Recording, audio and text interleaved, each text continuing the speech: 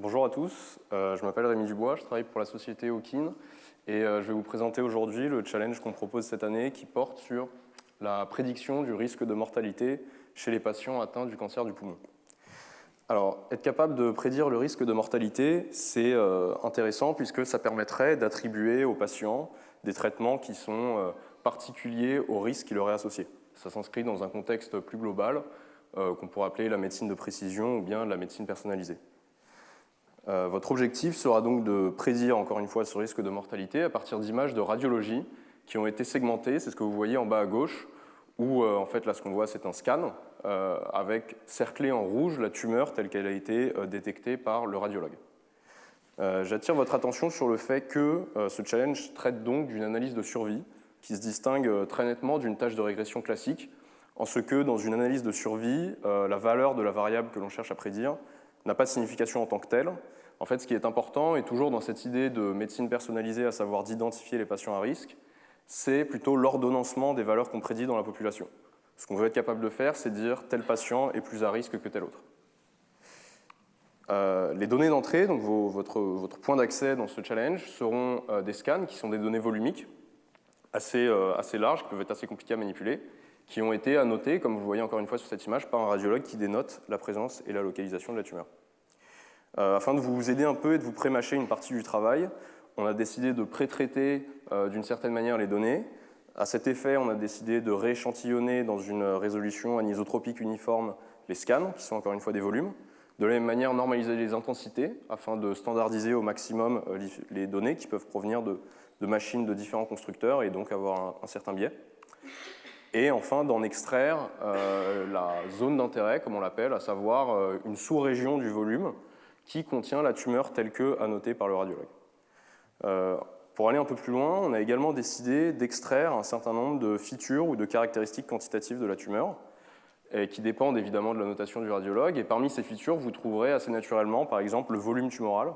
On peut aisément imaginer que le volume est un bon prédicteur du risque de la maladie. De la même façon, le diamètre, la compacité, un tas d'informations morphologiques. Tout ça pour compiler un vecteur de taille 53 qui décrit et qui caractérise la tumeur. Ces deux éléments constitueront votre point d'entrée réel dans le challenge, à savoir vous disposerez pour chaque patient de un extrait de l'image et d'un vecteur de taille 53 qui caractérise cette image. Les données de sortie, il s'agit donc d'un temps de survie qui se compte en nombre de jours. En réalité, il faudrait plutôt parler de temps jusqu'à événement. Dans une analyse de survie, dans une analyse clinique, ce qui se passe, c'est que les patients sont suivis régulièrement par une équipe clinique qui va s'enquérir de leur état de santé. Si on regarde par exemple le patient 1, on constate que le décès a été observé au cours de l'essai. Dans ce cas-là, avoir accès au temps de survie est trivial, il suffit de soustraire le temps de l'observation de l'observation initiale.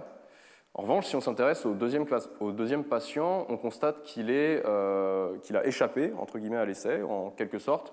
On dit qu'il est censuré dans ce cas-là. Ça peut arriver de plein de façons différentes.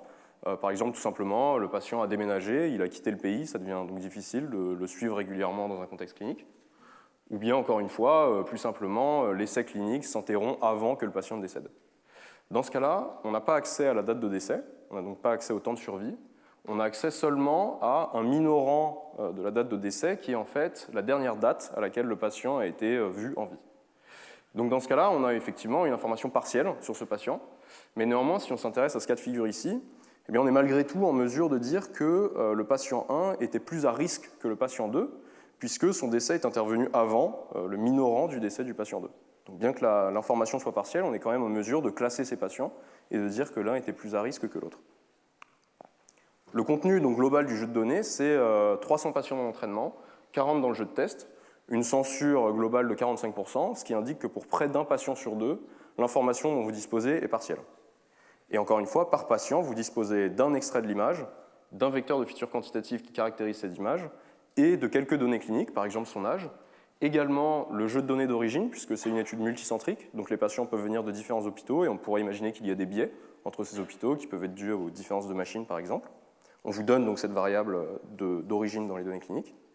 Et enfin, les données de sortie, vous avez donc un temps de survie, ou plutôt un temps à événement, comme j'ai décrit en jours, et une variable de censure qui vaut 1 lorsque le patient est censuré, qu'il a donc échappé, ou 0 lorsque le patient est décédé.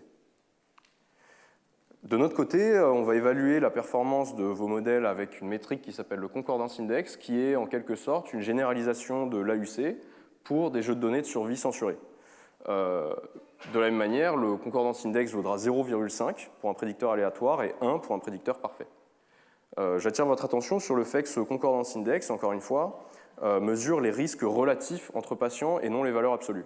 À savoir, on va évaluer l'ordonnancement de tous les patients et de tous les risques qu'on a prédits dans la population pour donner ce score.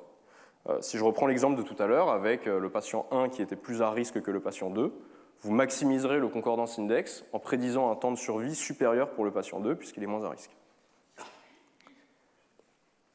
De notre côté, le benchmark qu'on vous fournit, c'est un modèle qui est basé, c'est en fait un modèle à risque proportionnel de Cox qui fait l'hypothèse que pour un patient X à un instant T, son risque de mortalité dépend uniquement, se décompose en deux éléments. Un premier élément qu'on appelle le risque de population qui dépend uniquement du temps, et un deuxième élément qu'on appelle le risque individuel qui dépend de X.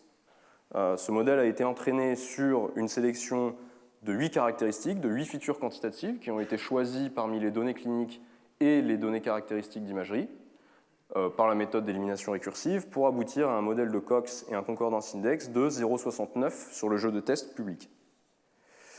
Voilà, pour finir, j'attire votre attention sur quelques difficultés. La première, c'est le nombre relativement faible de patients. Il faut donc vous attendre à avoir une variabilité élevée au sein des différents folds ou des différents splits que vous pourrez faire, notamment entre le test public et le test privé. La deuxième, comme je l'ai dit, c'est l'effet centre. On sait qu'il peut y avoir un biais dans les données suite au fait que l'étude soit multicentrique. Dans un troisième temps, c'est la multimodalité. Pour ceux qui veulent, vous aurez à exploiter et les données d'imagerie et les données tabulaires. Et enfin, dans un dernier temps, c'est encore une fois le fait qu'on traite une analyse de survie qui est très différente d'une régression classique.